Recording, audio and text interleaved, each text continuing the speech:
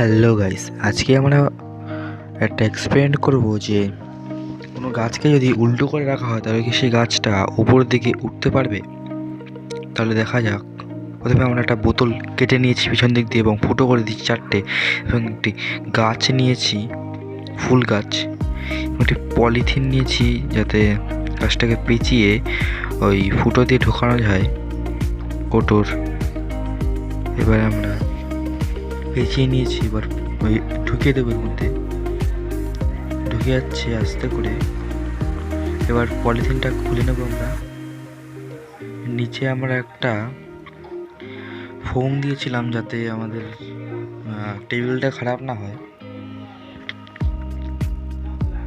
এবার আমরা এই মাটিটাকে ভেতর দিকে ঠেলে দেবো যাতে আমরা উপর থেকে সিল করতে পারি।